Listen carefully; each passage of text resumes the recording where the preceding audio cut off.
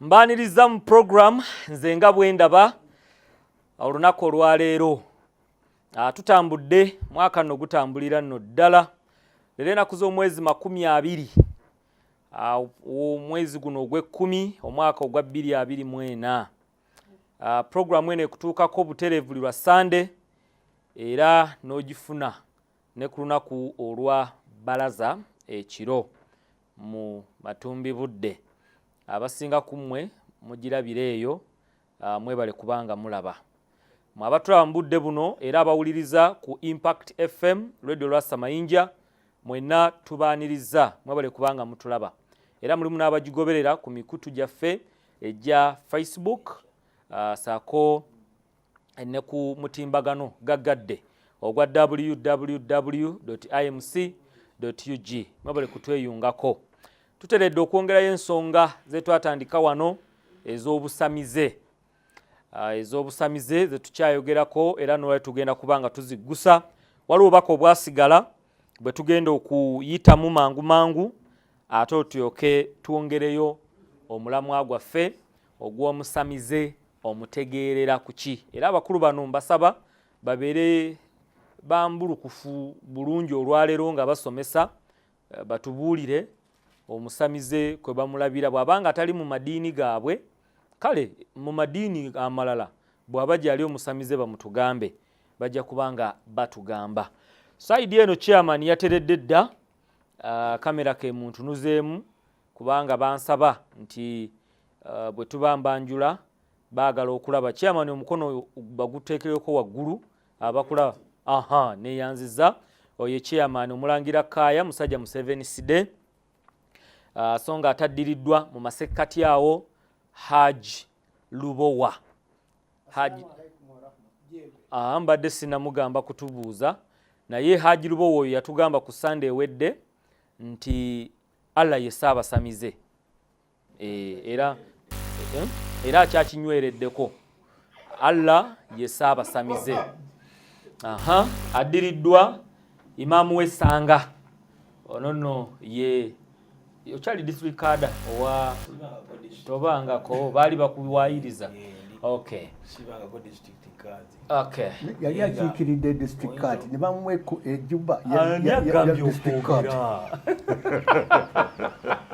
nze banjula muleke mbanjule banna oyo nno ye Sheikh Amani Cheyune Sheikh Amani Cheyune Sheikh Muyivu lyerinnya lye yafuna ambassador bwe yavaawo ne yeetuuma Sheikh Muyivu kale tuli wamu naye yoyo mukono gwo waggulu bakulabe nyinza okubanga nyanjula mulala tuwe ku mukono gwo waggulu bakutegeere bulungi assalamu alaikum wa rahmatullah baba gano okuwanika emikono eyo simbo ngambye mukono so si njagala babenga bakulaba nyinza okuwanika kamera netemera wano gubanga omulema nkomya wano mbadde manyawule guba omulema engalo zino zibanga entemeko nga luno lokalwerula kuba bali abatulaba sinza basonga muntu oba wakitiibwa oti kino kiba kitiibwa noga nti assalamu alaikum nolabwa Allah bw'atyo bwakkiriza nti oba olamusa ku bantu Allah abeera bw'ati abeera bw'ati kano ke kabonero ka Allah era bw'olaba ng'omusiraamu ng'awanisa ati muviire mu kkubo kati ate omuntu toyinza musonga mubuuli so bali kye bava batya ne baleeta bbiri kati baagala kuyingirira Allah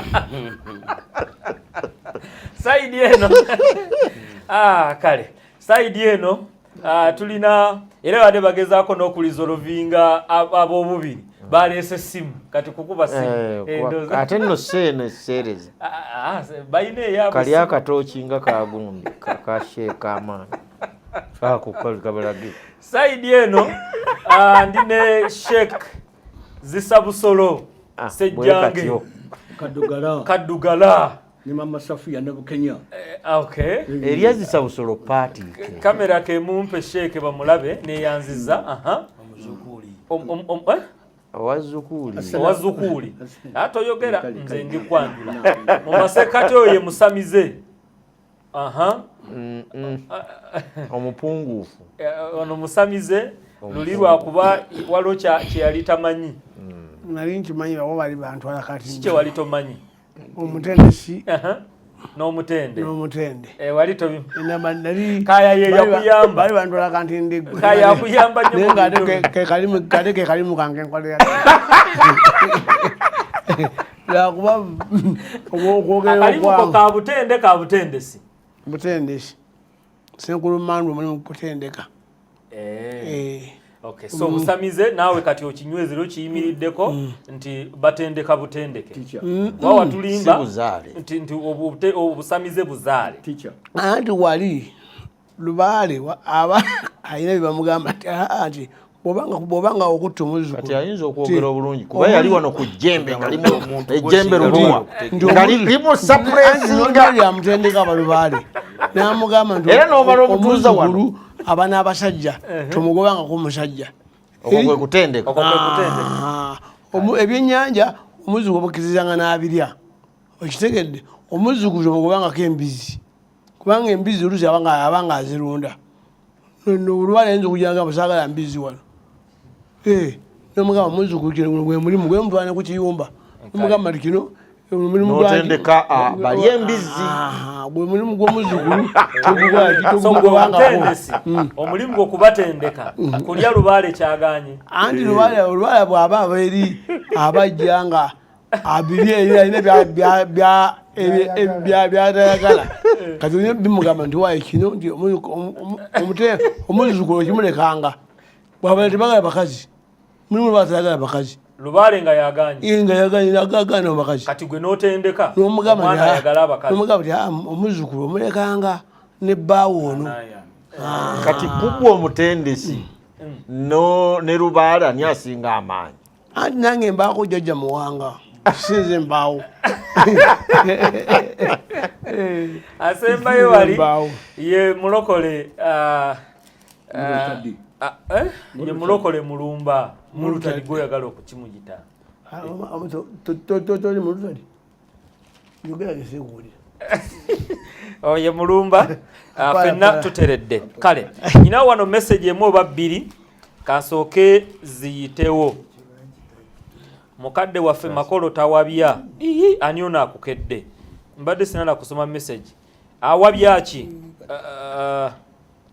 Omusamize talina kulya mbizzi kitegeeza ye bw'aba mutendesi ng'otendeka sigambye kugirya ogambye kugirya oyinza okubanga agenza okujja omukwata omuzukulu ng'alina ekyumba ky'embizi ayalundaki alunda mbizi ze era nga mwajje ne sente ezikoze eki ezimusamiza so lubaala asobola okugaana n'okuzirunda bw'obanga tomumuzirazi kati gwe omutendesi omulimu okukoma ku lubaale kumugamba nti bodda eregambwako nyiniyo so gwe kiziyiza kya lubaale omutendesi kiziyiza kya lubaale mugamba nti waye nti n'okusonyiwa obusonyi kuno bamugamba osonyiwanga emirundi 7,000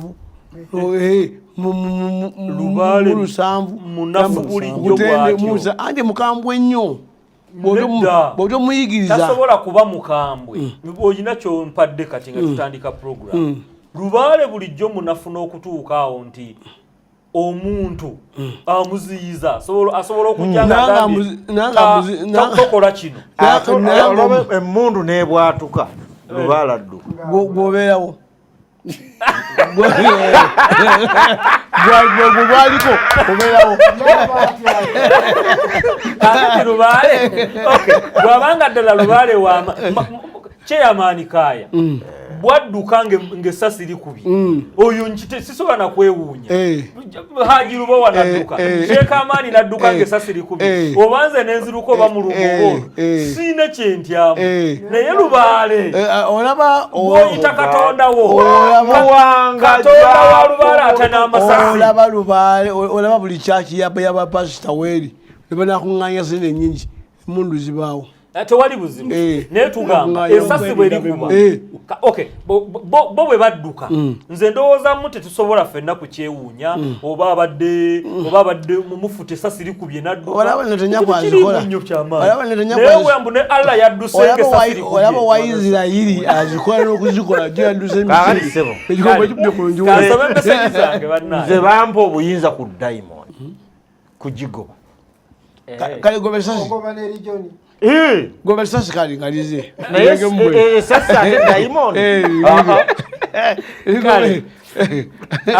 mwebale kusomesa bassebo abatugoberera producer atuyambye nnyo n'atuwa obubaka essimu wansaawo bw'oba oyagala okweyunga ku programu eno ng'osindika bubaka obwa sammasa oba obwa whatsapp kozesa ennamba eyo gwali ku DreamTV ali ku BTV ne ku mikutu gyaffe egya social media ne ku internet but bw'obanga oli ku Impact FM ngenda kusomera ennamba eno obe ng'ogiwandiika wansi wali eri nga tumaliriza program tujja kuwa omukisa era tujja kuwa ennamba kwokuba eno gye ngenda okubasomera tetwagala kukuleka mabega.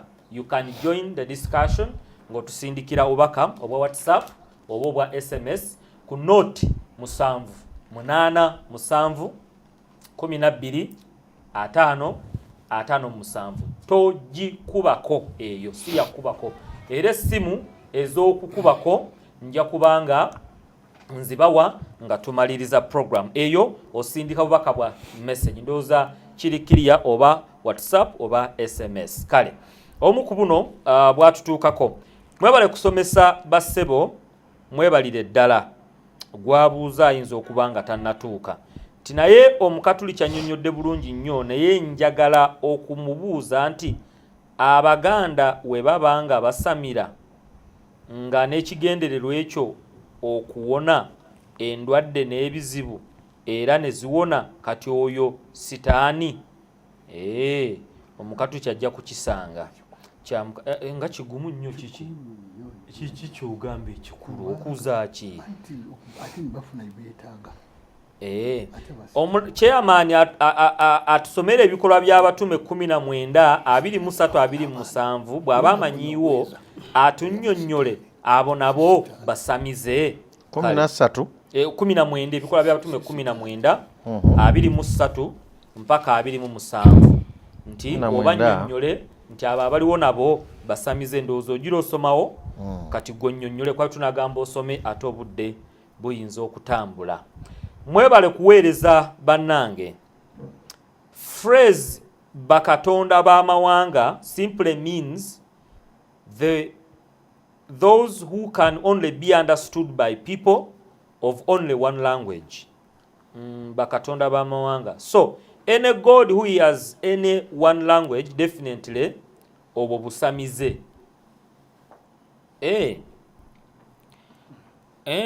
Nti kino kye tugamba nti bakatonda b'amawanga. Kitegeeza simply means the one who can only can only be understood by people of only one language. So any god who hears only one language definitely obwo busamize, including Islam. No wonder Muslims are so much interested even in the local busamize, because it's almost the same. The difference is only in the language. One busamize in Arabic and busamize in Uganda and other languages. Katoke ono Lilian ali katoke kyagezaako okuleeta kansabe kyama tusooka tuvunule kino. Phrase bakatonda b'amawanga simply means the one who can only be understood by people of only one language. Bakatonda b'amawanga. The phrase phrase as in kino kye tugamba nti bakatonda b'amawanga akagamba ako bakatonda b'amawanga simply means mu bufunze kitegeeza the one who can only be understood by people yekka asobola okutegeerwa abantu of only one language, ab'olulimi olumu. So any god with small g, any god kakatonda who hears only one language, awulira olulimi olumu, definitely obwo busamize, including Islam. Mu bufunze buba busamize kwogatta n'Obuyisiraamu.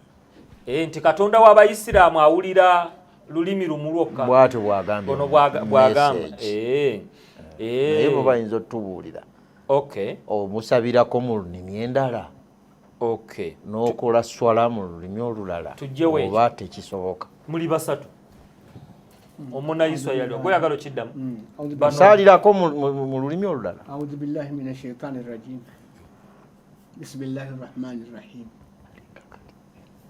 ebibuuzo bya leero bizibu nnyo era obanga twasomako kakati ekibuuzo ekisinga obukulu ilmu fikihi yo giri eyebuziba man arada allahu bihi khaira au yufakihu fi ddin Katonda bw'aba yagadde obulungi n'okulunga amuyigiriza amateeka mu ddiini n'aba fukahaau mu ddiini ye ilmu fikihi yeetulagira nti esswala jo mu ilmu fikihi ya mu lulimi luwarabu kakati okusinza kwonna n'okusaba kwonna osobola okusaba mu lulimi lwo olunnansi obuwangwa bwammwe naye esswala yeri shamulu netugatta ffenna min mashiriki n'amagaribi okuva ebuvanjuba n'ebugwanjuba mu nsi yaffe eno ne wansi w'eggulu n'ensi esswala yo eri mu lulimi luwarabu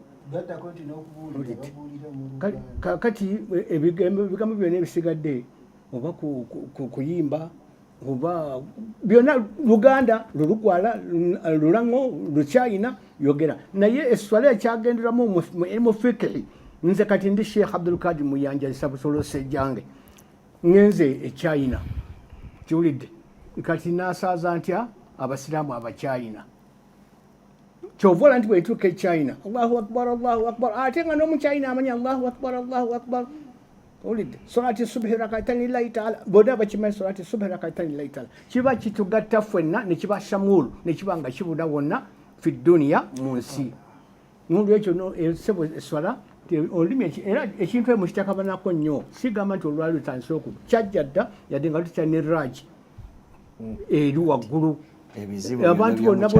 abantu bonna mulumba okubuuza ebibuuzo ebyenakani ebyokuva mu ddiini bwava mu ddiini bwekyakujja mu busiraamu butategeera ddiini kyova obuuza ebibuuzo ebitali makulu anti ali Dodoma wulirizaako bw'ogenda e China n'osaalira mu Warabu lwebategeera kaakati bw'obaako ebyokubuulira nga gwe imaamu olina byoyagala obbabuulira ogenda mu Luwarabu era kaakati imaamu bw'abanga ali mimbali ng'agenze mu China India agenda okubaako kutuba wabaawo akuvuunulira wano mu swala lwaki tewabaawo avuunula esswala oba imaamu tebaaba imaamaini tebaaba imaamu babiri imaamu ab'omu kyava abeera wali mu maaso tibaba muswala imaamu abeera mu kuvuunula hutuba babeera ba imaamu babiri ate abeera ono avuunula avuunulira bano abannanyi lulimi yaba ategera Oluwarabu anti kakati bwaki obwakyogera naye kasita eswala etuuka kadikaamati swala kiwedde kyekyakujja mu busiraamu ng'omwita Katemba owulidde ono mulumba kyekyamujja mu busiraamu anti ni Dodoma muleke yasirise alekeddawo ku Dodoma waliwo ekintu kye muli mu kubuuza waneeno bano kye babuuza nti lwaki muli mukozesa lulimi kuba olulimi si luyisiraamu olwe muswaliramu Luwarabu naam Oluwarabu lusiraamu era nekyo ekibuuzo kyekisagala nakukiddamu ekyo nkirekedde luba ow'Oluwarabu lusiramu abatuuliriza mbalamusizza nsuubira nti abantu bonna bagenda mu bbaliro naam mulyogera lulimi ki lwentegeera nga n'abalala baluwulira ate betaaga kumbalira Allah abalira nze nzekka fena tugenda kubanga tuwulira owulira ebyange awoza byayogera aya kakati sebo sebo owulira ebyange kakati Nabbi Muhammad sallallahu alaihi wasallam yagamba nti swallu kama raaitumuni uswalli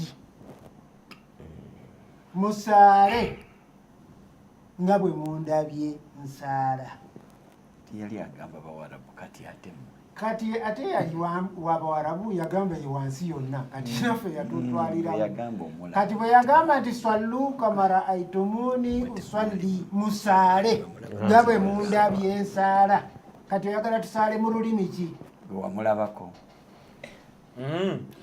okay Nabbi Muhammad yagaye musaale nga bwe mundabye nga bwe yabagamba okuwasa muwase nga ye bwe yawasa muwase lwaki muwasa bawarabu ekyo bwe yakyogera ekyo kituweeko ddaliiri okay tuddeyo ku kino gwe kyoleese gwe kyeweereetedde nti musaale nga bwe mundabye ensaala so mu kutegeera kw'obuyisiraamu Muhammad nga bwe yakikola ebigambo bye yayogera nga bwe yabyogera mwe mukitwala nti bwe mulina okukikola tuteekwa okukikola so bw'osaala mu Luganda bw'osaala mu Luganda kiba kabakafu Allah abatawulira eyaleeta obusiraamu ye Nabbi Muhammad sallallahu alaihi wasallam ate nga Adamu yali musiraamu ate n'abanga Muhammad yabuleese kituufu eyaleeta eddiini y'obusiraamu ye Nabbi Muhammad sallallahu alaihi wasallam kati agambye musaale nga bwe mundabye nsaala era ffe kyova olaba tweyita ba ahli sunna wal jamaa olw'ensonga obuufu bwa Nabbi Muhammad sallallahu alaihi wasallam bwe tugoberera teri kusobyamu yadde era waliwo mbadde njala kutereezaamu sekazisabula agambe mu khutuba teriyo khutuba gye bavunula mu lulimi kutuba tevunuka sheeka bwatugambye sheeka unagambye bagivuze era sooka owulire bwe babanga nze asaazizza mmaze okubuulira khutuba neggwa kubanga khutuba kitundu kya swala bweggwa nga ntuula kati abadde awulidde byenjogera mu bana abachina ng'ayimuka ngakatiriza ngaga nti seka abadde wano abadde ku nsonga gundi agambye bwati so bwe mbeera mu kibiina ekyo nga tewaliiwo era naawulidde oba naasituka kubaako kyayogera naye nga sitegedde sheeka byabadde agamba nga tuddeeka ojja kutegeera enkya mulumbu badde ogamba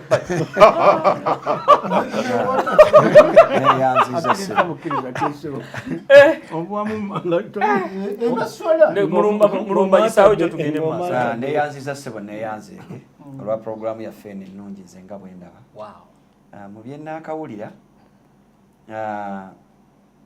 Haji ayina kyayogedde aga Nabbi yagamba swallu kama raaitumuni musaale nga bwe mundabye ensaala mujja kubaamu ekibuuzo mu ekyo kyoyogedde era nga ne komenti yange eri bweti Nabbi bw'aba yaga nti musaale nga bwe mundabye ensaala yali ategeeza bigambo bye yayogera oba bikola bye yakola mu kusaala ekyo kimu era bwe kiba ekimu ku byo kye yali ategeeza nga kimuteekeddwa okugoberera hadithi mu Sahih al-Bukhari summarized hadith namba 254 ebeera mu volume 2 naye mu summarized eba 254 Anas yajja hadithi ku mutume nga Zaid ibn Yazid amubuuza hal ra'a Rasulullah sallallahu alaihi wasallam yusalli fi ilahi wala omubaka wa Allah Muhammad sallallahu alaihi wasallam nga asaalira mu ngatto ze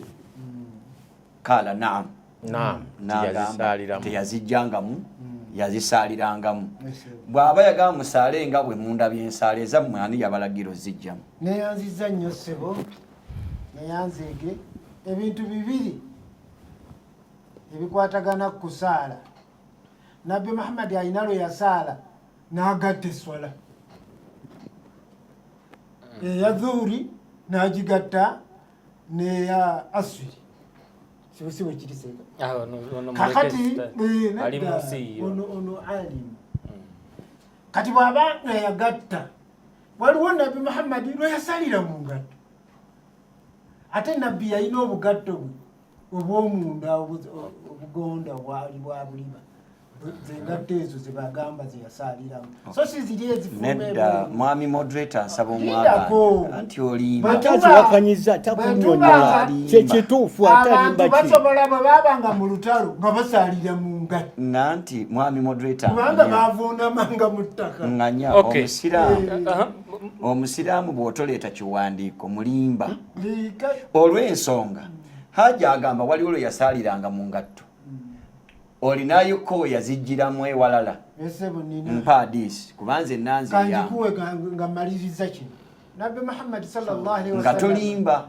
yagamba nti muhijjatil wida maliriza hijja ye yasembayo yagamba ti message eno gye ngenda okutuba oba okubabuulira buli atali wano agituuse kubata buli ali wano agituuse kubataliiwo okutuusa kulya umulkiya hadisi oba kiso eva mu kitabo ki Tirimizi Abu Dawuda Sahih Buhari Nisa'i Ibn Majah ogisomye mu kitabo kyeyo kati oyagala ki girange bagenda abantu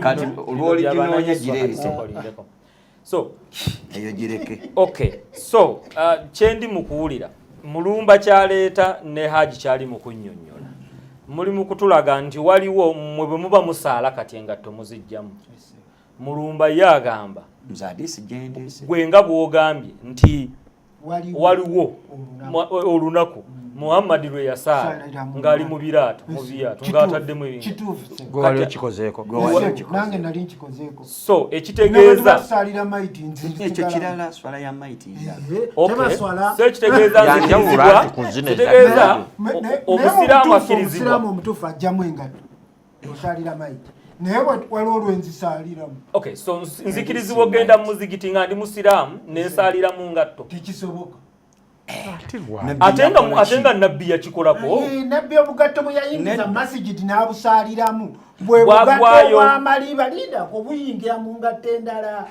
nedda bufaanananga sokisi hadisi bisomye mu tonyiga toyomba hadisi mulumba gwe walina ennabbi hadisi egamba gwe walina ennabbi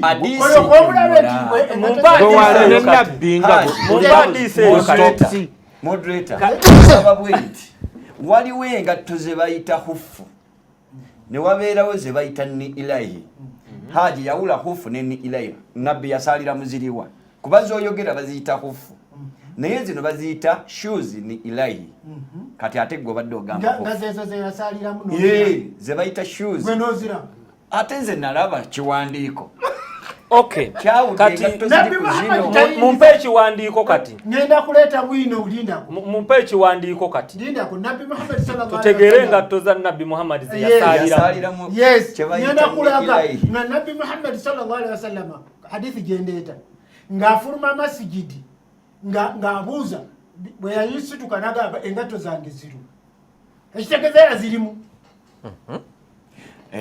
kamuyambe Haji kwekyo kyoyogera era waliwo n'asituka n'akwata engatto n'atayibaako kyayogera Haji hadisi yemu ngamba bwe nti mwami kaya kanziguse kino ekyo kyayogera Anasi yamubuuza olwaleero lwaki oggyemu engatto zo n'agamba olwaleero nzirabyeko kazambi kwe kuzijjamu hadisi era njiyina hadisi emu gijeyo gisome bw'oyogera bwogezi yefuula okubanga yama Haji jayo hadithi mbadde nsaba bwenti nekezi we nagimusaba wa nedda muprogramu eno mbadde nsaba Haji olinayo hadisi emu nga nabbi agamba bwe muyingiranga omuzikiti muggyemu engatto chairman wadde ogamba mbadde nsaba Sheeka Haji ne gundi batuleetere bwino balekerawo okwogera obwogezi eyange saagiranze awo kulanga olanze naye tetugisomye nono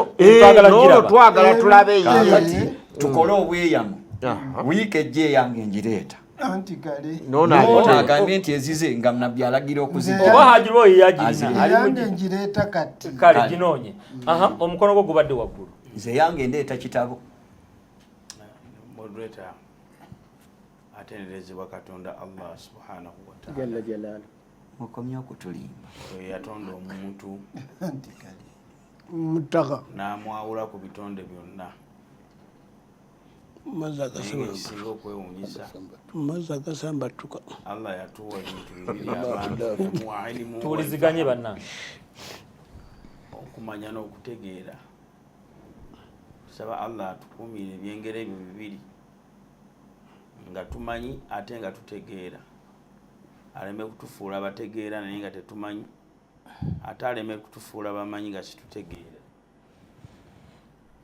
Allahumma amin. Ntwala omukisa guno okulamusa buli muntu yenna atuwuliriza n'atulaba gy'osinziira n'ekiramuso ekisinga okuba ekyebbeeyi ekigamba nti assalaamu alaikum wa rahmatullahi wa barakatuhu. Nammwe baganda baffe abatanaba kusiramuka mirembe gya Katonda gibeere gye muli. Mukulu Amisi Sonko etimba awo ne Maama Aisha ne banno mwenna mbatumiddeko Chairman Sonko bala okutuwuliriza. Abatuwuliriza nga muweereza messages n'obubaka mu ngeri ez'enjawulo nga moderator watusomedde tubeebaza. Kubanga we bali kubeebaza alright neyanza obudde obuweddeko tubadde tulina kye tuli mu kwogerako banno nga kibakutte n'owanika omutwe kati we bali nnyo taata abatugoberera omusamize omutegeerera ku ki? Omusamize omutegeerera ku ki? Ono ye musamize teyeetaaga leero kwogera kubanga ye musamize ate nina okukutegeeza kono omutegeerera nina okukutegeeza wona omutegeerera gwe azamumanyi nedda obudde bwawe ojja kuddedda bismillahirrahmanirrahim. Hajirubo wagamba Allah ye Ssaabasamize tuyambe tutegeera tutya Allah nga Ssaabasamize. Kale bakadde baffe abatulaba n'abatuwuliriza omusiraamu omu mukiyaye wali yazze n'aŋŋamba sheekhe ti tutuuse okubatwala mu majirisi ulama tutuuke mu lukiiko lw'abamanyi okusamiza Katonda ne mumuyita Katonda w'abasamize yasinga okusamira nga tatugana kusamira kakati bwabanga atugana yangambye tujja kugenda ku simu kansulo batutwale ku majlisi ulama mwe baani bamasheekha bali mu studio ono ye yayogera ate gwe bakutwala gwe wagamba okusamira n'okusinza byebimu netugamba Allah omusamirira n'ogamba nedda omusinza n'ogamba ekyo bannanga abasiraamu temukikola wabula muwulire bye tubasomesa mwe mutolemu bye mulaba ti bye bituufu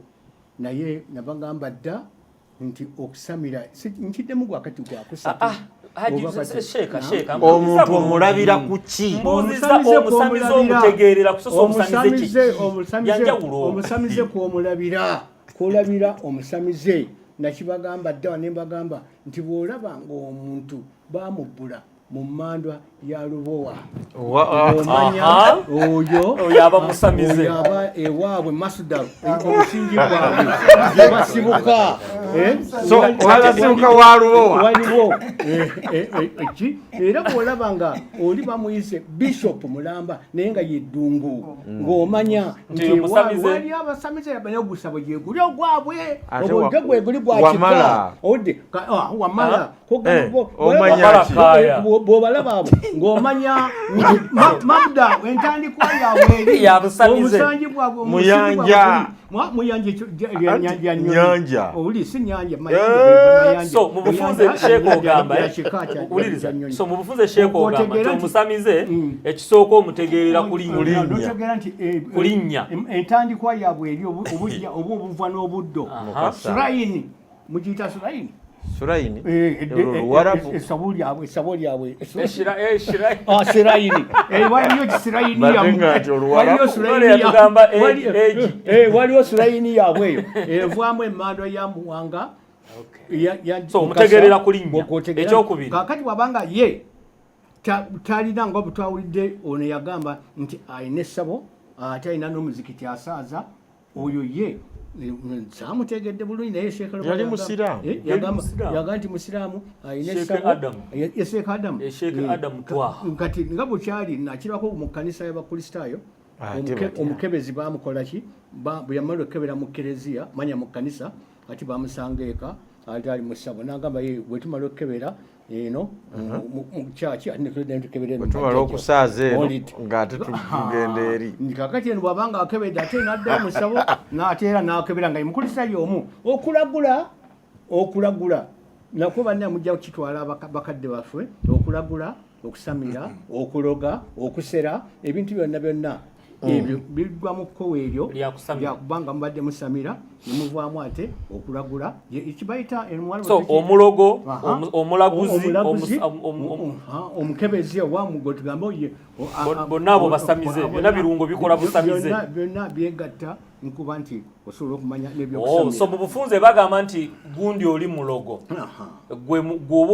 gwe muntegeerayo ne Allahu waba musamize oyo ate Qur'ani bagigamba nti dogo Qur'ani bwebanga atwabiba okujjanjaba okubanga oli mujjambe twabiba doctor obanga oli doctor obanga oli musawo Qur'ani bagigamba okujjanjaba okuloga okusamira n'okusera kamuyambeko byonna webito bibiri kamuyambeko byakusamira omusamize oyagala kuyamba ku musiraamu kamuyambeko ekisookera ddala kwotegerera omusamize nga gwe makolo kabeere mu kyaki kabeere mu muzikiti kabeere pasita katatandika okulagula nagamba nti gwe wammwe nabyeyo emisambu ekiro nabye wammwe nga waliwo akuloga oyo manyeewo ndi lwakubeera mu kyaki naye musamize nebaba akuba ekyattendo katatandika ekigambo ekyo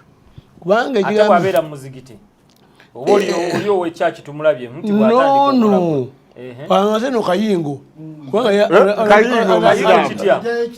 olagira ddala n'ekitabo ate nga n'ekitabo kirimu ejjini ono alakuza asamiza kitabo Allah kyeyamuwa ate nga kirimu n'ejjini ate nga ejjini eriri nga yali lukolaki nga yali lokola n'agamba n'alisamula nebala ndilukola nalyo kubanga bayalisaaza gwenga gwe makolo jjajja makolo okkiriza bulungi nnyo nti ddala kituufu abasiraamu basamize basibusiboka anti tugende mpola so gwe mu busamize bwo ngaasa abasamize okkiriza nti abasiraamu kasitajeyo ekitabo naliwo okukikuba okukiraguza abamusamize wakati kiraguza ono yakuba kubita otegeeza n'emusamize yayogera n'amagini n'ekyo n'emisana kutolaba n'eriiso so ekisooka linnya muŋŋambye omusamize omutegerera ku mannya mu luba owaavu yanjani ddungu kati n'eriiso n'amaaso n'amaaso gezogalaba amaaso g'omusamize gaba gatya gaba gatwakadde nnyo ngagago kubanga bulwabeera ku kyoto tugenda kusamiza abantu ababasamira kale kangubulire ekirala nti nno abantu bano beekweka bwekwesi abaali abasamize mu masabo beeyubudde bweyibuzi bati ne bajja batandika okulagulira ku street beeyubudde nga bwolaba abantu oli akuyamba byakulemye nga bwolaba oli kayogere kwekukola ki kwekulagula akati nga bwolaba abakristaayo baddira olunaku olwali lwabasamize ne baluyonjowaza ne balusisitiwala negende nga bakola byebimu ebyo byobusamize kubanga abasamize basala nnyama ne balya ne bayokya nabali kye bakola ku 25 kusala nnyama ffe twakolaki ffe twagamba bababbako olunaku lwammwe tebatubba badukuza kugamba katugendeyo mu maaso kubanga basala nnyama baali babasamize ba Buganda beeri ebweru bonna gyekyava eri gyekyava twagenda okulaba nga yono kyebaleese kyekituufu tugamba baduga ekitambo erubunamu olwa krisimansi naawe okuza krisimansi ati wasigikuza nga yali yaffe badukuza butukuza kakaki bano emakka ekitongole kiri kyali kyaffe nebo ne bakitukuza ne bakisiramula netutambula namu munafu. Omusamize osobola omutegeerera ku bigambo byayogera? Omusamize ebigambo tusobola mutegeera ku bigambo okuleka nga oyo kyobadde omwebuuzaako n'omugamba jjajja nti mukulu gwo nti ekyo naloose nga ngerugba mu nnyanja ekyo nno kitegeeza obadde ogenda wa mukasa ngomenya oba oyina ekirooto kyo n'ogenda n'obuweebuuza kati oli engeri gyakuddamu yekutegeeza nti musamize oyo sagamba bamukasa babadde olumbye ennyumba yaddungu akajja busamize obwo kasita omuntu azaala abalongo nakkiriza okumuyita Ssaalongo abamusamize bwoba toyagala kukuyita Ssaalongo abalongo bazaale buzaazi era Ssaalongo lero lireke tebali kuyita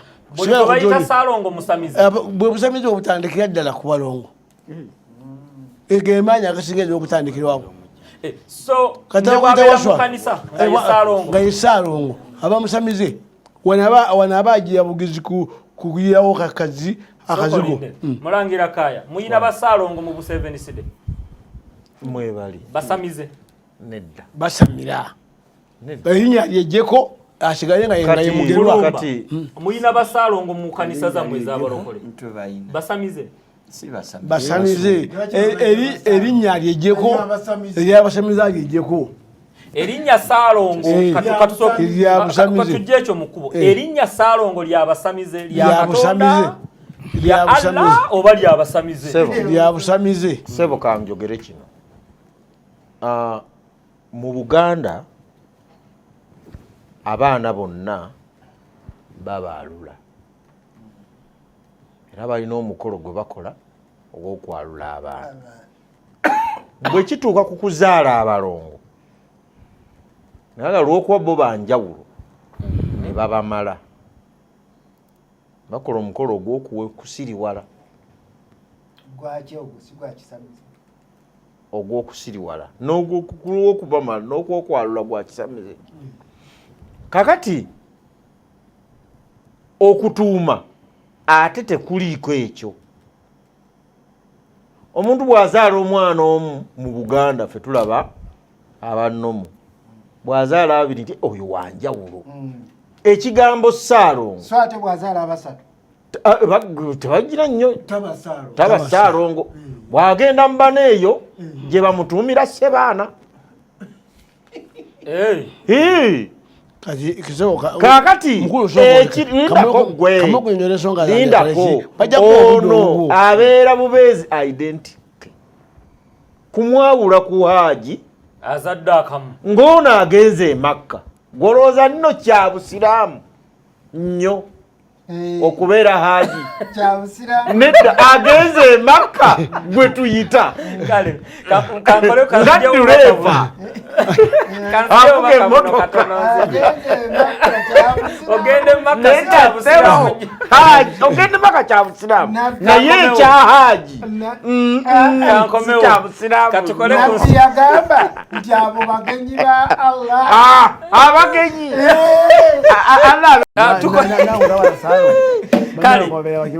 message yino wano mutuwuliziganye bannange tuli ku mpewo ono agambye mwebale okuweereza omusamize mutuufu ekigambo oba erinnya Ssaalongo ly'abasamize era ffe abalokole tetutuuma ebyo kubanga jjajjaffe Yakobo teyali Ssaalongo obwo bulombolombo bw'abamawanga Yakobo tazaalanga kati mwagala jjajja wange obulabirizi Ronald Mukiiri mumuggyeko oyo omulokole Ssaalongo bwe oyo omulokole mufu Yakobo tazaalangako balongo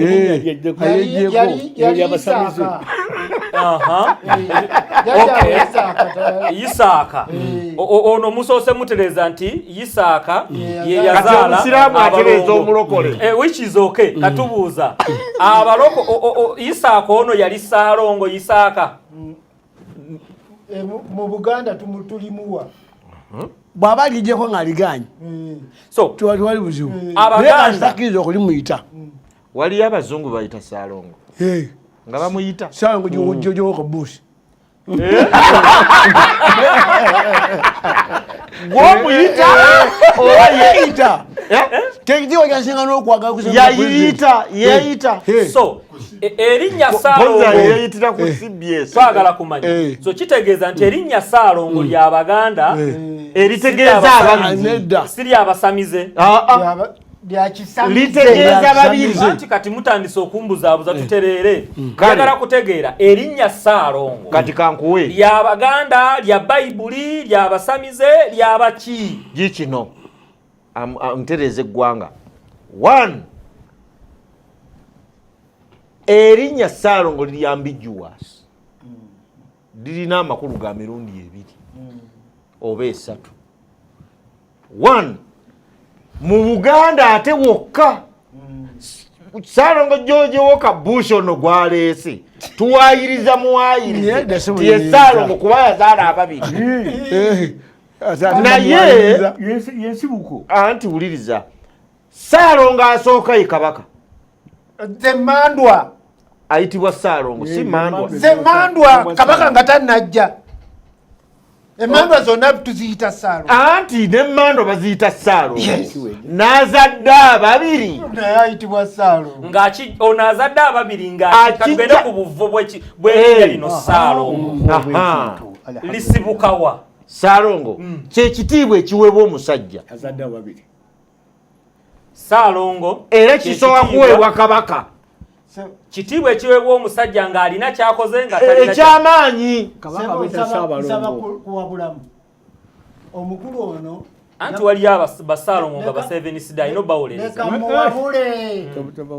wano mu Buganda bw'ogendawo omusajja oyo makolo Senkulumandwa noga nti omwana ono akaaba agamba mutuume wamala oba lubowa gyasirikira taddamu eyo enkola yakisamize kutuuma butuumiri nnyo gakiva mu ddiiro kakati sewabadde kuwabula kubanga byenjogedde byonna bituufu naye ebintu waliokaaba anze tebantuma kukaaba era ne Ssaalongo bwe tutuuma Ssaalongo wuliriza bwe tutuuma Ssaalongo kati nga Mukiibi n'abalala kuba Mukiibi gwe tumanyi wano abamu jjajja wange tumuyita Ssaalongo lwakuzaala aba babiri so si kubanga atuulwako emmandwa lino erinnya Ssaalongo bw'alifuna Makolo yamulaba atya kubanga Makolo asobola okukulabanga omusamize kuba ne Yesu baamulabanga omubbi w'embaawo okugeresa naye atakirina era n'abeetika bwe nozaala abalongo nogana okubasiba abeetika babasiba gwe ne bwobagaana abeetika babasiba kati nempanga nsamidde gwe ne bwogaana ne batika Ssaalongo nga sibasibye nembanga nsamidde babasiba omusamize so nze kati mbiraba omusamize ekisooka omutegeerera ku maaso omutegeerera ku linnya neyisabire wunaze gye bali babiiza abiri leeta abassaalongo. Ekibuuzo kyekino bye mwogedde biwulikisa eri abantu naye ndina akabuuzo nga tukyali mu kulowooza n'okwogera nti Ssaalongo buba busamize linnya lya busamize nenkimanya nti aba azadde abaana ababiri si kyo. Kati ekibuuzo kyange mu kwongera otegeera abaana ababiri ba mizimu oba ba Katonda? Abaana ababiri kebabere ba Katonda. Mbuuza kebabere ba mizimu kebabere ba Katonda bo banjawulo era babako n'amaanyi agaabwe ag'enjawulo era gayinza n'okwokya bwebajemera gayinza n'okwokya galina amaanyi gaago. Kati kiriwo ekiti soosi wuliriza soosi y'omwana omu yeemu yey'ababiri kyenjagadde. Kakati ono agamba nti bavudde wa Mukasa nga babiri ng'omu yalowooza avudde walala bombi baba basamize. Nze bwe nzaala abaana ababiri naye nga endowooza yange ne mu kutegeera kwawe n'okukkiriza kwawe manye nti Katonda y'abampa noono w'omu noono akirowooza nti basetaani. Si basitaani ba Mukasa. Mukasa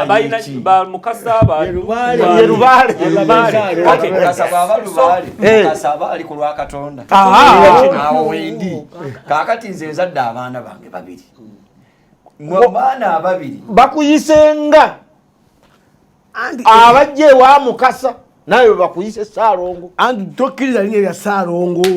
Ono kyakayana mutegeere kyagamba bw'oba ogamba nti abaana bo bavudde wa Katonda ekikuyisa Ssaalongo kiki? Katonda takuyitangako Ssaalongo yagamba lyejjeeko linnya lyabwe okusinziira ku makolo oli musamize kyategeera n'okubanga kyategeera n'okubanga kyekituufu. Ekyo kyategeera si kyekituufu lwaki wesaako erinnya eddala kubanga labayo olwaki oyagala okwawulwa lwaki ekitiibwa kiri okyagala.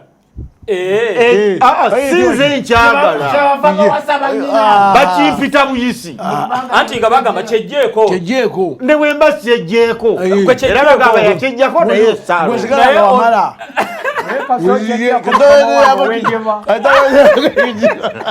so awo wetutegeera omusamize oyo tabeerangako Ssaalongo n'abaana bennyini sooka owuliriza aleeta entikko ya Katonda okubeera nti ye Ssaabasamize. Allah subhanahu wa ta'ala Ssaabasamize era abantu bwe batusinkana bagamba mu ngeri ey'okuwoomereza osoma ddiini kiba kitegeeza osamirira ani kyebayita okusoma. Yes kakati fe tusamirira Allah subhanahu wuliriza ogenda kuleetera ne bali abasoma misa nabo basamize abantu bonna abasamirira bano basamirira eno bano basamirira eno bano basamirira eno bikula Zekariya olabe Zakariya sura ya 9 agamba nti omwana omwebolereze alibera mu Esidoni era Abafirisuuti nze Mukama ndi baloga amalala. Oba Katonda asobola okuloga Katonda asobola okulagula Katonda asobola okwogeza emizimu waliwo mu ddiini gye kitali. kati abasiraamu musomye Zefaniya mukkirize abannannyini Bayibuli. Olunyiriri olwo lwasomye baloga amalala mu Luzungu akiyita kuloga oba katofu. Nedda twagala kulongosa olina kubuuza Bible Society mu Bayibuli olunyiriri lwoleese ng'olutwala mu kusaba. Ati balimu kaba bannyonnyola. Nze nkunnyonnyola lunyiriri mwami Kaaya. Ne Pawulo yagamba nti Abagalatiya ni abaloga. Ekyo nakyo sikikutte. Nze kyobadde ogaana Katonda aloga amalala. Olunyiriri olwo bw'olusoma version y'Oluzungu okuloga bakuyita batya mu Luzungu. Nanti yayogera Oluganda agenda ayogera Oluzungu kale genda ku Luganda Tuyina ebigambo kusalako katuliziganye chairman ayogera ebigambo mu lulimi lwaffe Oluganda ng'abasamize babiwamba oba byasigalayo gamba mwabyewola era njagala kuwako ekyokulabirako chairman omusamize katono nyo obusamize Obuganda bwe bwasooka obusamize oba obusamize bwe bwasooka Obuganda byajjira wamu bwe biba byajjira wamu kati ani aba yabba munne anti ensonga eri bweti enzikiriza bwejja muno waliwo ebigambo bye yalekera abasamize Buganda nga teyagala kubikozesa Buganda bwe bwasooka oba ontegerekese program eno gyokoze uliriza nzija ebigambo ebimu buli kimukwatako tubireka katulirize okubikozesa omusamize ng'atabuse nabo bawunze abantu masanyo kubanga tebakyetegeera buli omwalabanga musamize chairman kaguse ensonga nyonyola bigano gwe tonnabagana batuganye okusagira munnaakani mu bintu bino njija waliwo ebintu bye twewala nga twagala okukola identity tweyawule ku basamize kyova olaba nti byonna ebifo ebisinzibwamu nga Obuganda bwe bwali businza yali Sabo era wonna we tusabira twandibadde tugayita Masabo naye olw'okwagala okwewala twawule Obuganda oba Katonda w'obugundi ku busamize kyova olaba nga tuleeta ekkanisa ne tuleeta muzigiti ne tuleeta kereziya n'ebirala kati waliwo ne Kingdom Hall Kingdom Hall tolowooza nti bagirira ebirala waba kusinza waliwo kusinza kati ekyo nojja bw'oleeta essabo mu meaning entuufu musamize oba omuleese ng'ajja nti ffenna bwe tuli kati ekigambo kuloga wano kitegeerwa bubi ekigambo kuloga kitegeeza kuwonya lwe Luganda kati wano Katonda agamba ki kuwonya malala so si kuloga malala tosobola kuloga malala kaakati omulogo alina version egamba nti okuwa omuntu omulwaza kwe kuloga bwekityo bwe kati bwe kyakya kuba kuwonya malala si bayibuli amakulu g'ekigambo kuloga gwe wali oladdeyo omuntu nga tuloga enkuba ndoze ennyonta kitegeeza ennyonta teri bannaddiini wano batavuunula birooto abo balogo kubanga eriyo Yusufu yali mulogo okukunula ekirooto bulogo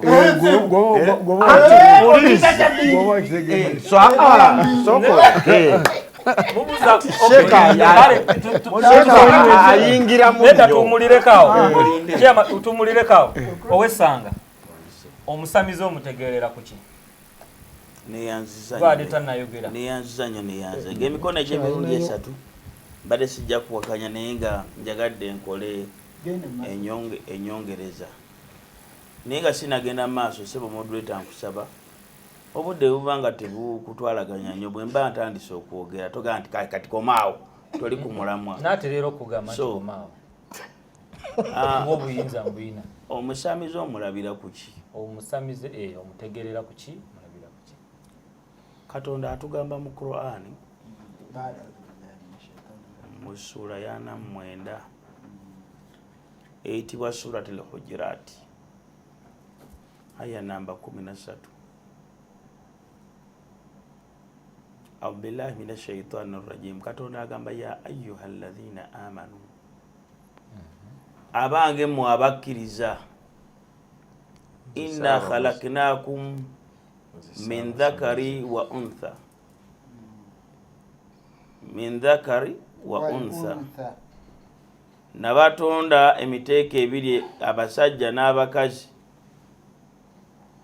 Waja'alnakum shu'uba wa kabaila litarafu. Nembatonda mummwe ebika n'amawanga musobole okumanyagana.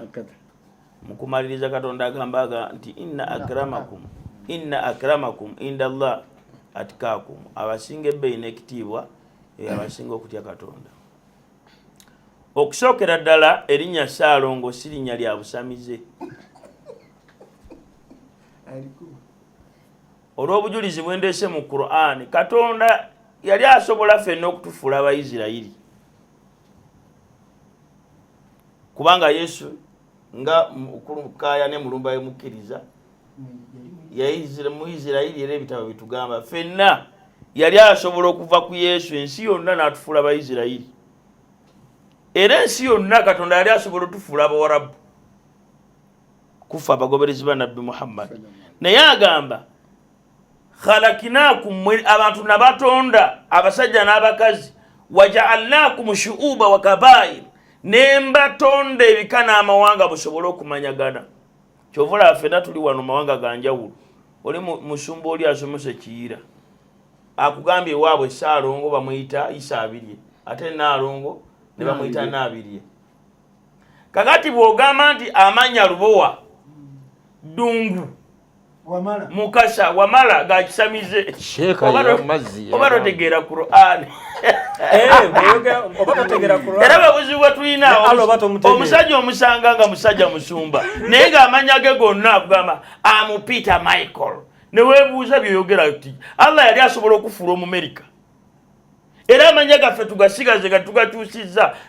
Lwaki weeyita Abdullah Aziz Ahmad ng'ate gwe ensuubuga oli wa Mamba? Erinnya lwaki tolijjaayo? So amanya gano ge tulina Katonda yagatuwa yamanyira ddala ti omusajja Munnayuganda nga Muganda ajja kubeera n'erinnya nga ye Ddungu, ajja kubeera n'erinnya nga ye Lubowa. Amanya gano gaali gaffe ffe abantu ne tugawa ebitonde biri. Tegereka bulungi. Webale nnyo kati Sheeka alese ekigambo ekyo kirungi. Mbadde mbagamba nti erinnya Ssaalongo si lya kisamize. Kubanga bw'osoma mu Qur'an ne mu Bayibuli eriko abantu abalina amanya nga galina amakulu ageefaananyiriza ku kino. Bwe tugenda mu bikolwa by'abatume essula ya 9:36 waliwo omukyala yali akola emirimu mirungi. Naye omukyala oyo tabbiisa. Erinnya lye ddala Doluka. Katonda akuwa n'amakulu ag'erinnya amakulu agali mu linnyani Doluka ekitegeezebwa kyakyo. Neno mu Busiraamu baswahaba bangi amanya gaabwe kati twalo ekyokulabirako ng'omusajja Abu Huraira si erinnya lye. Erinnya lye tufu ya Abdullah ibn Sahari ad-Dawsi. Naye waliwo ensonga lwaki ayitibwa ki? So tekigasa kiba kya buvunaanyizibwa nnyo nti Ssaalongo amaanyi. Kubanga nga ggwe olwaleero ozaala omwana omu bwe bakuyita taata Abudu oba taata Jime nga togaana nga toliyita lya kisamize. Kuba twandibadde tugamba nti mukulu Mulanzi nti ye taata Fahadi oba mukulu Mulanzi ye taata Alex. Eryo nga toligaana nti lya kisamize. Naye omusajja azadde abaana babiri kubanga nakyo tekifunwa. Abakyala kati tebakyayagala kuzaala. Twandibadde tugamba nti kya bulijjo Allah bw'aba akuwadde ekyengera Qur'an etugamba fahadith kimwebaze. Ekyengera tukyebaza na kukyogerako na kukirabika. N'olwekyo erinnya Ssaalongo ne Naalongo sirya busamize. Era buli azaala abalongo wali kigguse bulungi. Buli azaala abalongo n'abalongo bazadde tebaba basamize. Soko guse n'ekino erinnya Ssaalongo erinnya Naalongo sirya busamize. Erinnya eryo nga bwendeese aya eri wano ewaffe Uganda naddala mu Buganda liweebwa omuntu azadde abalongo nga musajja n'ayitibwa Ssaalongo. Ani alimuwa? Erinnya eryo limuweebwa ki mu lulimi Oluganda? Erinnya Ssaalongo litegeeza kitiibwa. Limuweebwa kalica ye. So Allah kyatugambye nabatonda mu bika kalicha ya Buganda yetuuma Saalongo. Webale nnyo. Kalicha ya Buganda mulimu obusamize oba temuli busamize? Webale nnyo okoze bulungi. Buli kalicha yonna mu mawanga gonna Allah nga bwe yatutonda. Kalicha kye mu Luganda. Mu buwangwa bwonna ensi yonna Katonda nga bwe yagitonda. Erimu ebintu bibiri.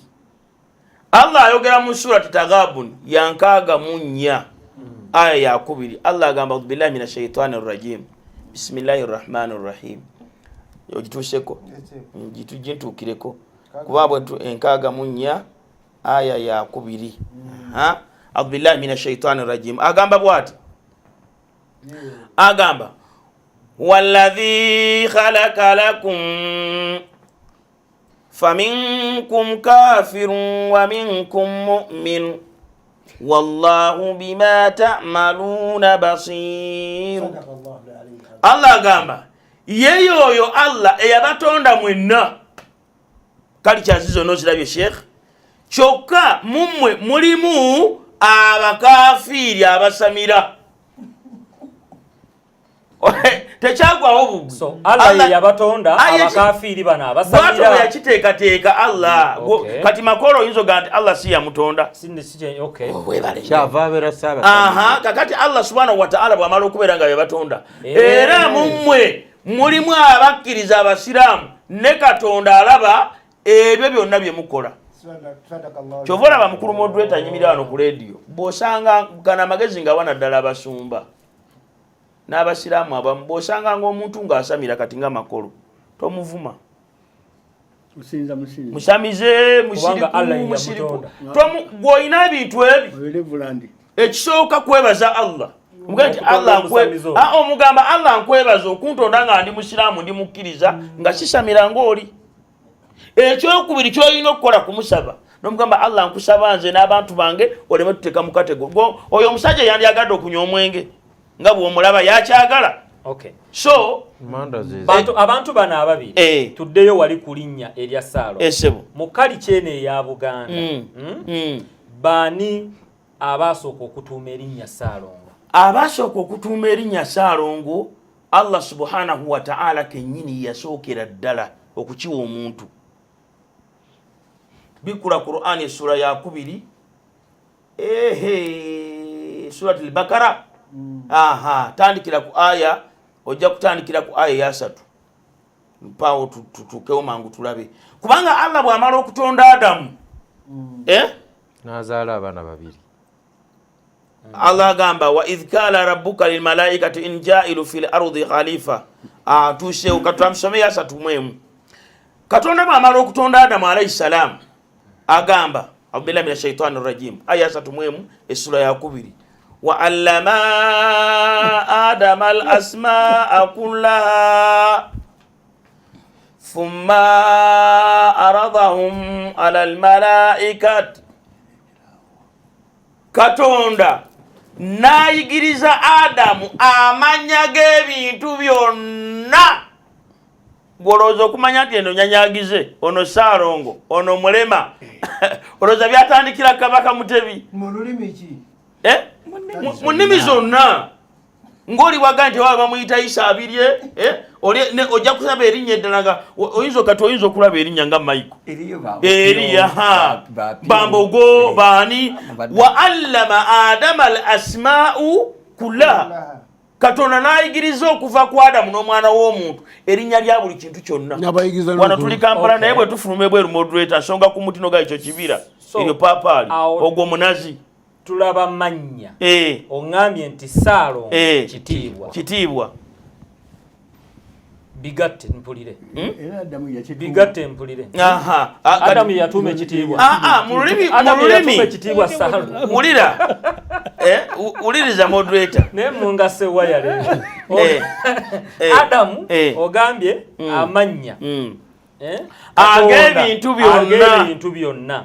So Saalongo linnya oba kitiibwa? Obuzza bulungi. Linnya lya kitiibwa.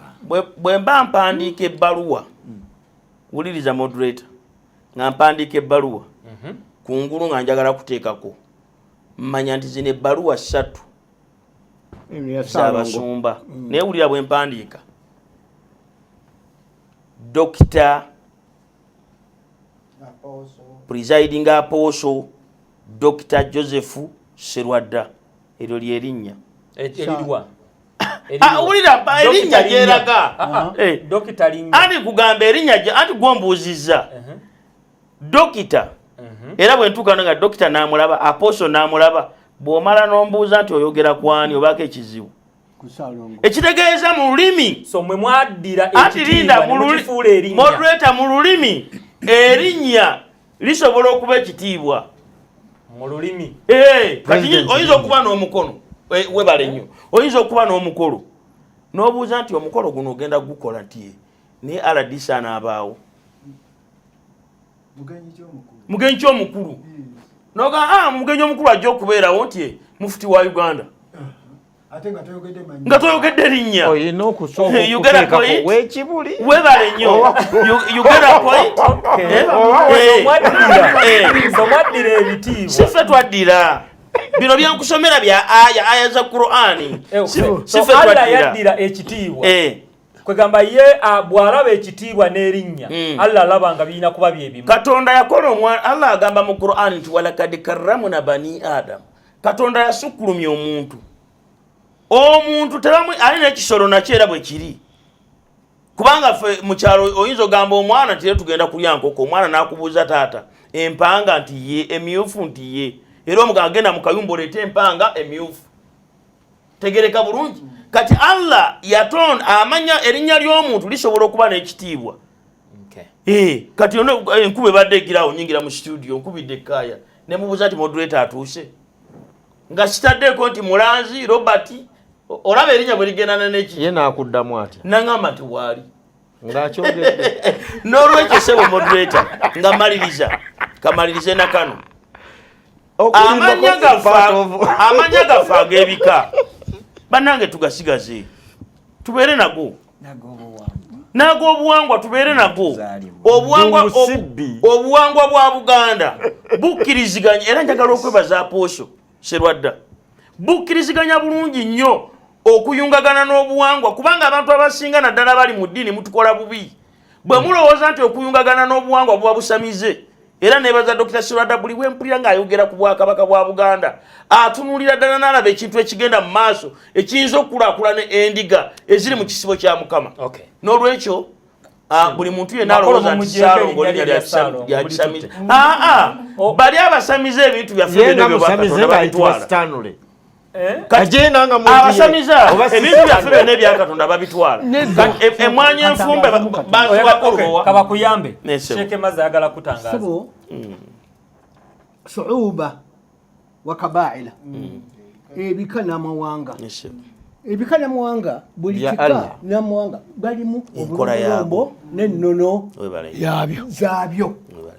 Era kyobantu Mukama waffe Saalongo Ssaabasajja Kabaka bwagenda anti akati bwagenda mu lubiri endabulagala wa bamugira bibbo byabalongo ate nabulagala agenda yano nayo oda anti ulira bamugira bibbo tano nakagenda yo gamba bamugira bibbo byabalongo bagenda yo mu munaka oli mulangira ya Buganda wagenda ennabulagala tagenda yo kimu masiro gali ayina wagenda awali okufukamira abalongo nibateekayo ebigali abonnabonna abalongo ne babona akola mutya ekigambo Saalongo ebigali ne Naalongo obusamize bwe butandikira n'amanya ag'enjawulo bwe gatandikira makola akyabagamba mwefuga abatawulira neyanzeege olwaleero moderator ne chairman okuyita mu ntebe ezibbiri nze nga mulumba omulokole njagala kwebaza bwebaza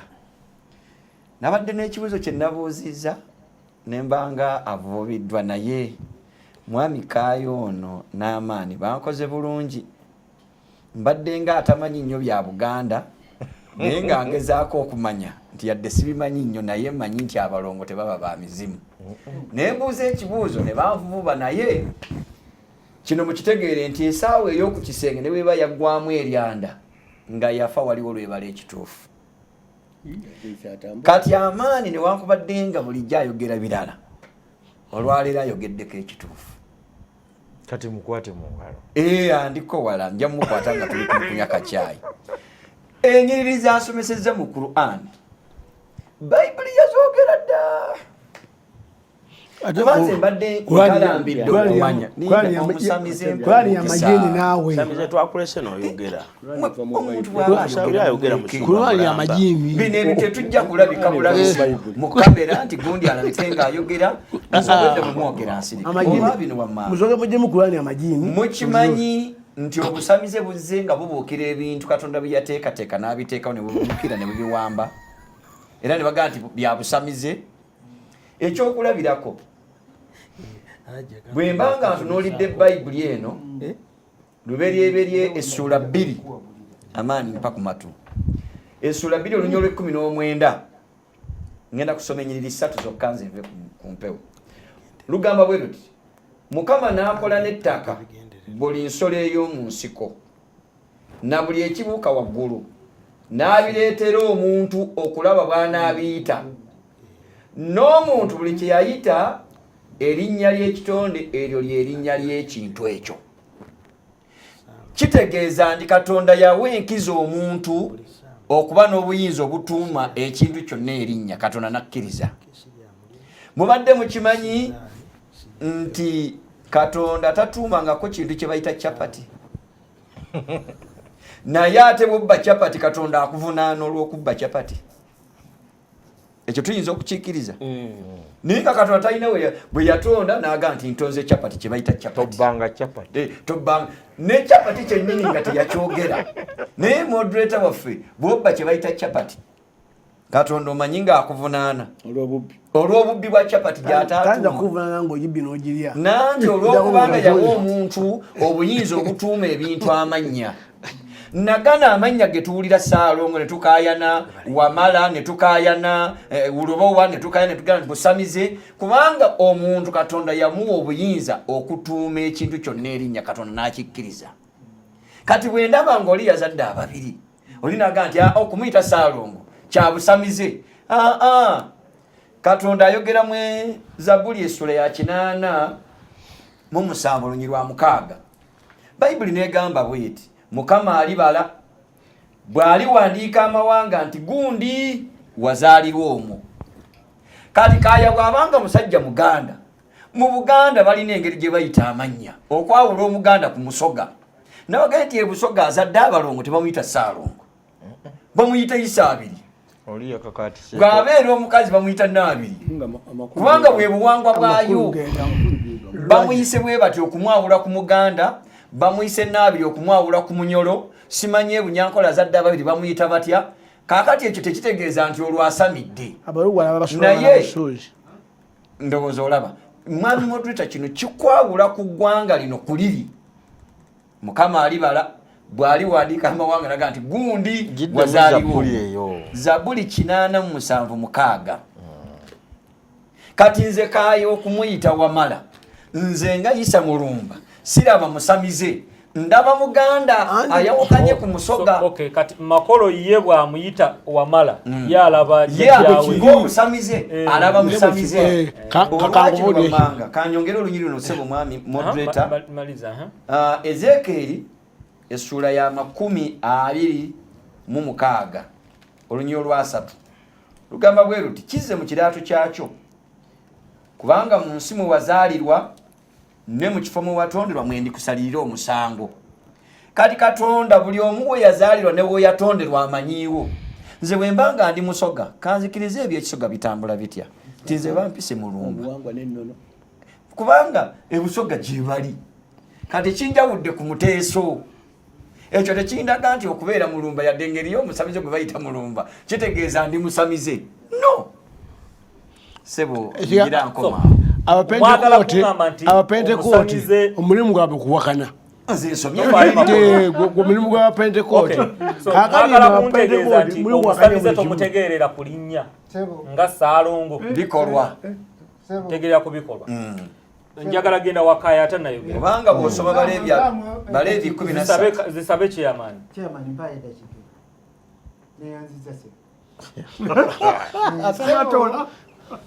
abakulu bwe baboogera bamanye nti amannya ganjawulo waliwo amannya ag'ebika amannya amabbule amannya amapaatiike amannya ag'emirimu amannya amazaale nga gagwe tulabye Salomo ne Bannakato n'amannya g'empewo.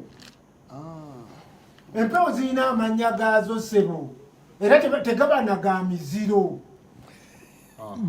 yabanga ddiini ng'omutambula ono lyalina Wamala ne Lubowa Gampewo.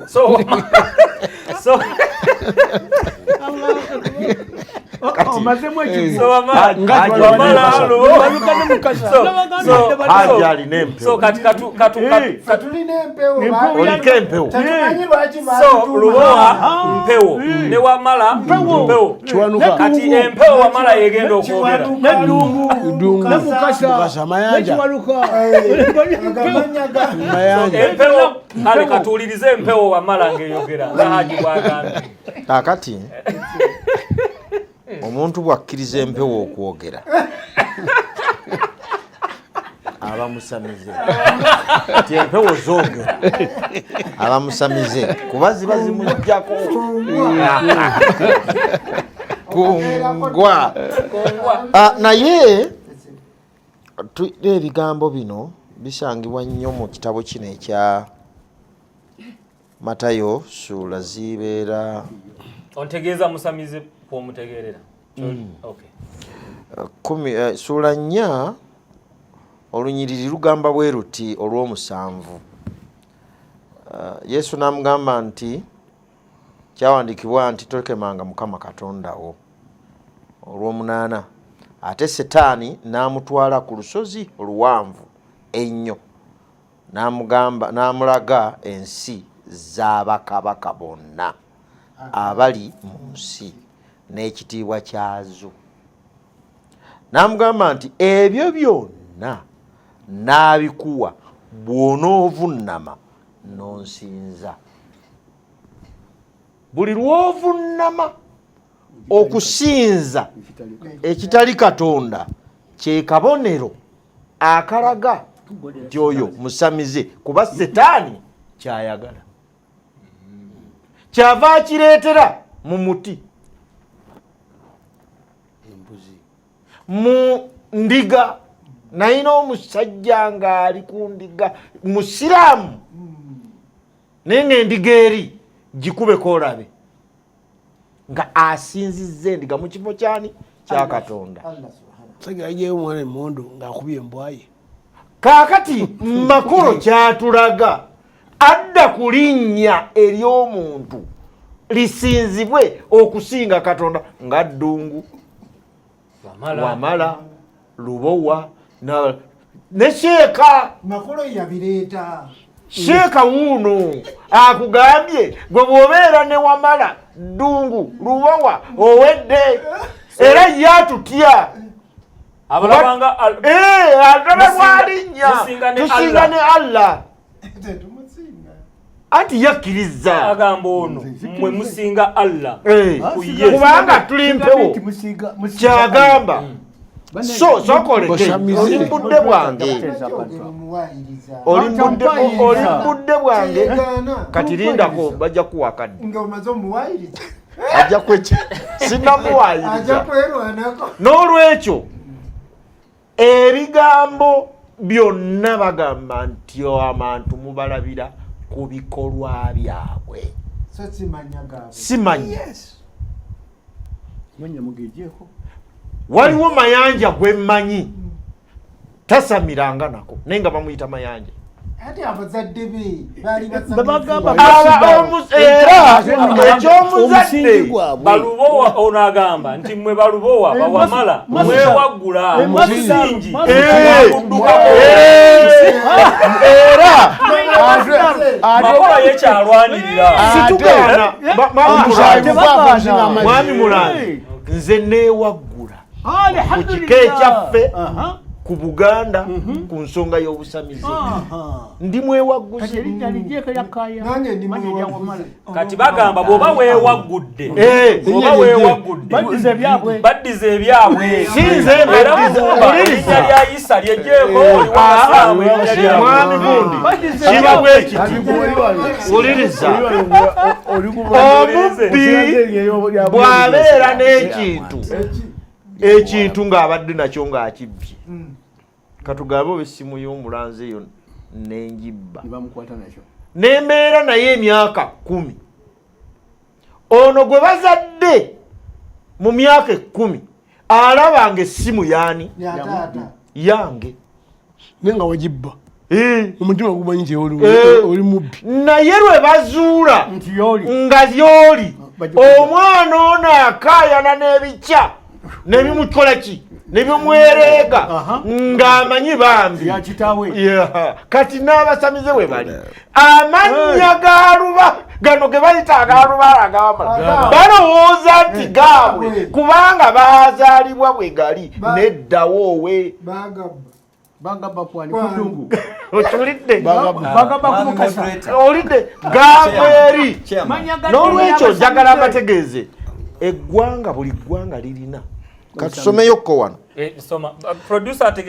singa owulira erinnya Dimintiriyo ogamba lyani mbuuzizza kigambo ekyo ogamba lyaki ebikola by'abatume 19 nembuuza senga owulidde oyinza kandi musiraamu oyava mu katuliki kaakati njagala kusoma bino mu kiseera ekyo ne wabeerawo akakiwano 19 23 bwentandika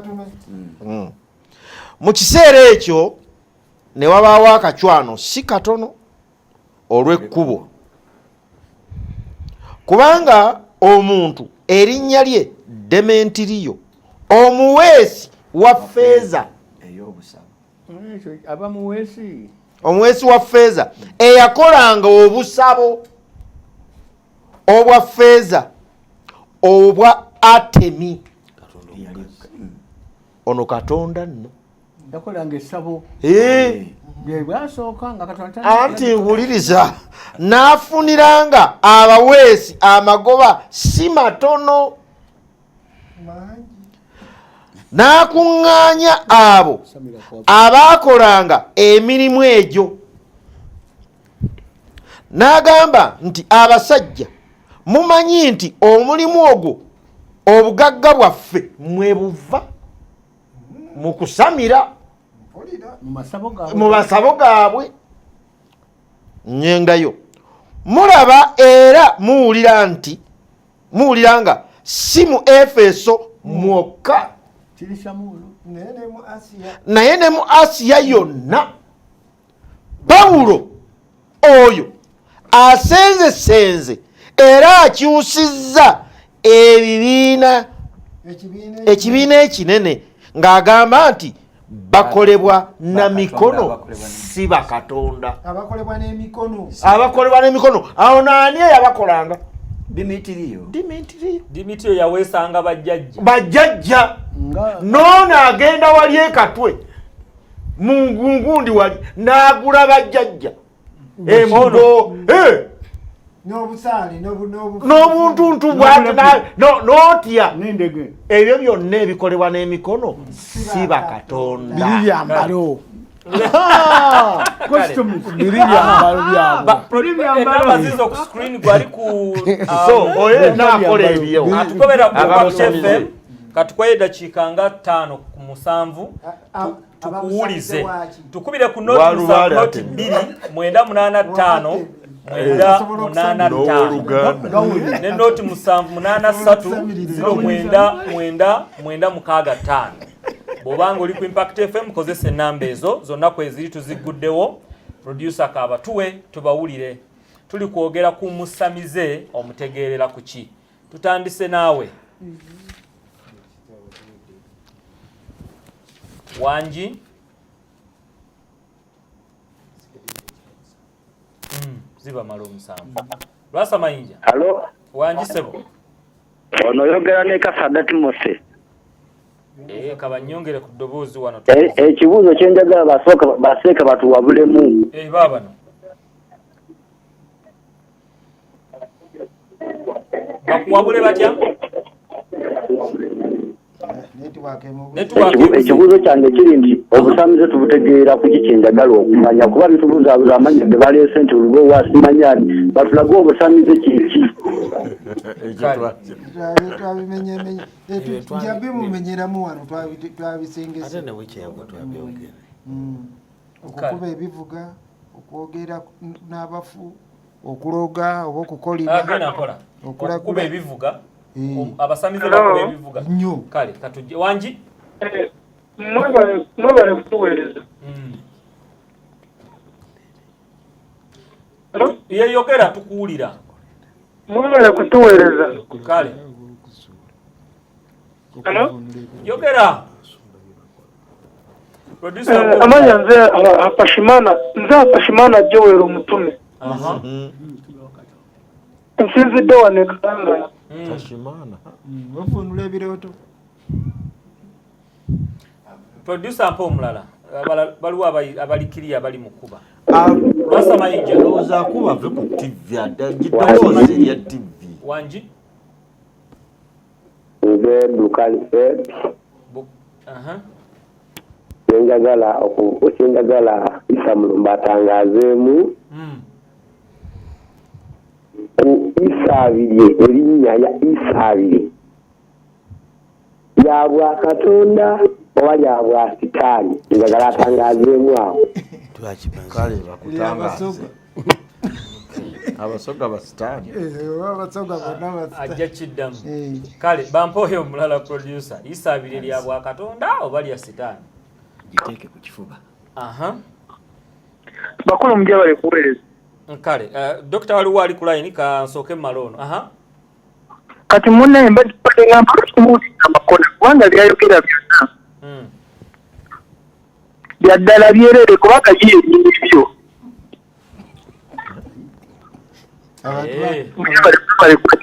webale makolo byayogera byaddala kuba yennyini byo.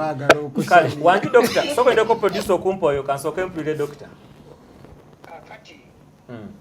mpulidde ekigambo nga mumalirizaawo kale nensanyuka olusanyuka. Ekigambo kye bayita okujeema nga bwe mugambye nti Kaaya yajeemera obuwangwa. Mukozeseza ekigambo kinene ate kaakati bwenduddewo eddakiika 2 nempulira nga kiringa ekyenzirukako naye amakulu ge gakujeema. Kakati naye n'enkizu wangi nze nkireese nga ngamba Kaaya yajeemera obusamize ne lubowa. Otyo kaakati abo boogamba nti baajeema mu Busiraamu eri abantu bangi nnyo abaajeema. Kituufu. Kaakati mu Busiraamu Katonda Allah nga tannaba kutegeerekeka waliwo abantu be baayitanga Abdallah nga bo basinza Allah ng'ate tannamanyika anti kubanga taata wa Muhammad gwe bayita Abdallah yali tamanyiyo Katonda, yali amanyi kisinzibwa nga si Katonda nga bakiyita Allah. Kaakati bw'osanga kati abantu bano bonna abalina amannya gasemayo n'ekigambo la oba Allah banasrallah n'abalala bonna bali mu bujeemu bajeemera Katonda omutuufu ne babakira atali mutuufu. Kaakati njagala kitegerekeke bulungi nti eriyo okujeema ng'okwo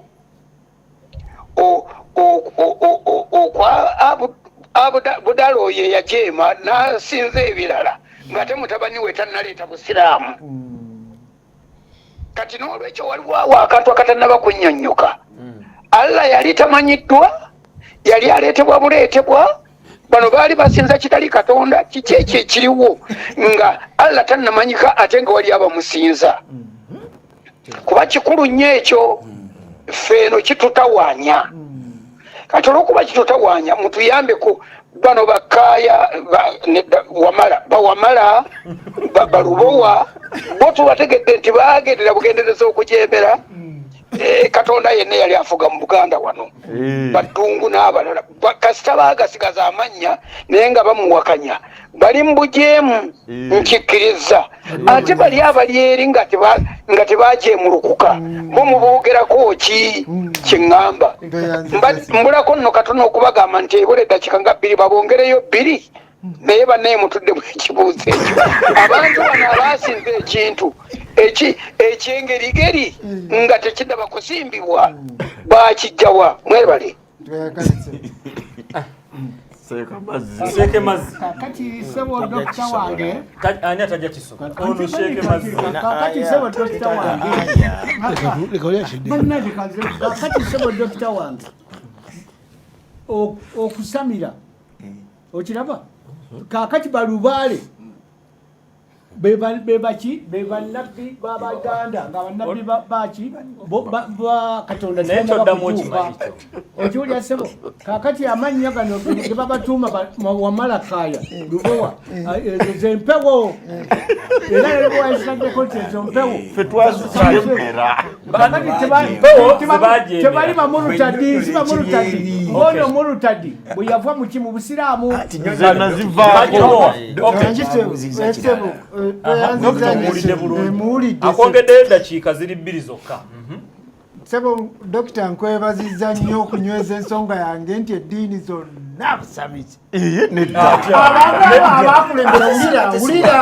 Abantu abo abaakulembera baali bamanyi Allah. Era kyebaava batuuma Allah manya Abdullah Abdallah n'abalala basamiriranga Allah. Baali basiraamu. Obusiraamu bwali tebunnajja. Obusiraamu bwali tebunnajja. Naye nga Allah bamumanyi nga Bawarabu.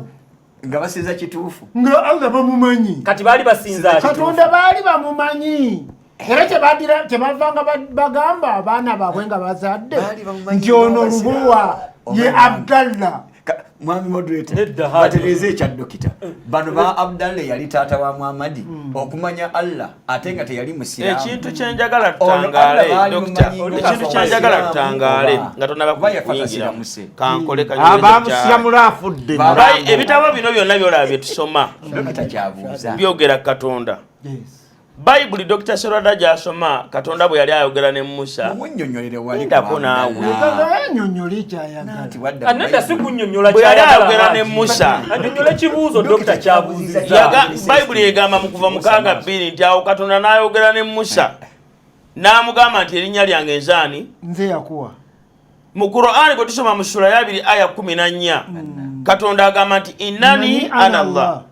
Ekitegeeza nti bakadde bafe abaaliwo mu lubereberye bonna baali bamanyi Katonda eyatonda eggulu neki era kyovoolaba Bayibuli gye tusoma wano ekigambo Bayibuli okugikyusa okugiza mu lulimi Oluganda ekigambo Katonda tekyatukanga wano e Buganda kubanga kyaliwo ekitegeeza nga Bayibuli tannaba kujja olubereberye mu nsi yonna mu Uganda ne wano mu Buganda abantu basinzanga Katonda si kubuzaabuza mu lweta